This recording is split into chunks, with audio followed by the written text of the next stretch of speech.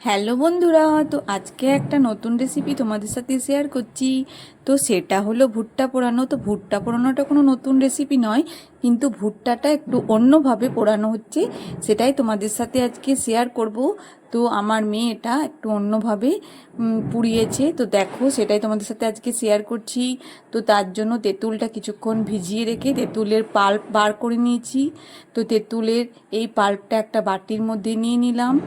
নিয়ে নেওয়ার পর এখানে কিছুটা নিয়ে নেওয়ার পর ভাজা গুঁড়ি দেবো, একটুখানি ভাজা গুঁড়ি দিচ্ছি। ভাজা গুঁড়ি দেওয়ার পর সামান্য বিট নুন দেব, একটুখানি সামান্য চিনি দিলাম, একটুখানি লঙ্কার গুঁড়ো দিলাম, দিয়ে এটাকে ভালো করে মাখিয়ে নিচ্ছি। এইভাবে মাখিয়ে নিতে হবে, খুব ভালো করে পুরো জিনিসটাকে মাখিয়ে নিতে হবে। মাখিয়ে নেওয়ার পর একটা ব্রাশের সাহায্যে পুরো জিনিসটাকে আমরা ভুট্টাটার মধ্যে এইভাবে লাগিয়ে দেব।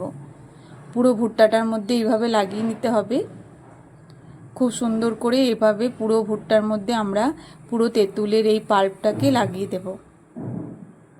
তো এটা খেতে একটু অন্যরকম লাগবে, আমরা তো একঘেয়েমি ভুট্টা পোড়া খেয়ে থাকি। তো এইভাবে যদি একবার পুড়িয়ে খাও তো দেখবে একটু অন্যরকম লাগছে। আমরাও খেয়ে দেখলাম, একটু অন্যরকম লাগছিল, ভালোই লাগছে।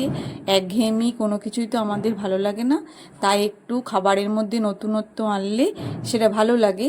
তো আমরা পুরো তেঁতুলের পাল্পটাকে এইভাবে ভুট্টাগুলোর মধ্যে লাগিয়ে নিলাম। লাগিয়ে নেওয়ার পর যেমনভাবে আমরা ভুট্টা পুড়িয়ে থাকি সেইভাবেই এটা পোড়াবো।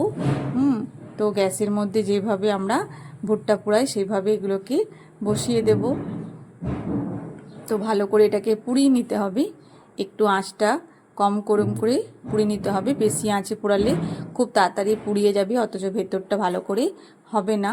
সেই জন্য একটু ঘুরিয়ে ঘুরিয়ে পুড়িয়ে নিচ্ছি। পুড়িয়ে নেওয়ার পর কিন্তু আমরা আবার তেঁতুলের পাল্পটা উপর থেকে হালকা করে লাগিয়ে দেব।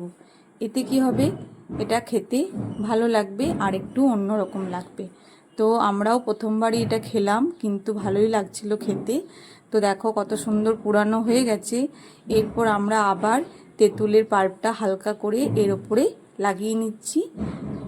লাগিয়ে নিয়ে এটাকে আমরা পরিবেশন করব। আর এটা তোমরা সবাই একবার করে দেখো, খুব ভালো লাগবে। আমরাও খেলাম, আমাদের ভালো লেগেছে বলেই আমি তোমাদের সাথে রেসিপিটা শেয়ার করলাম।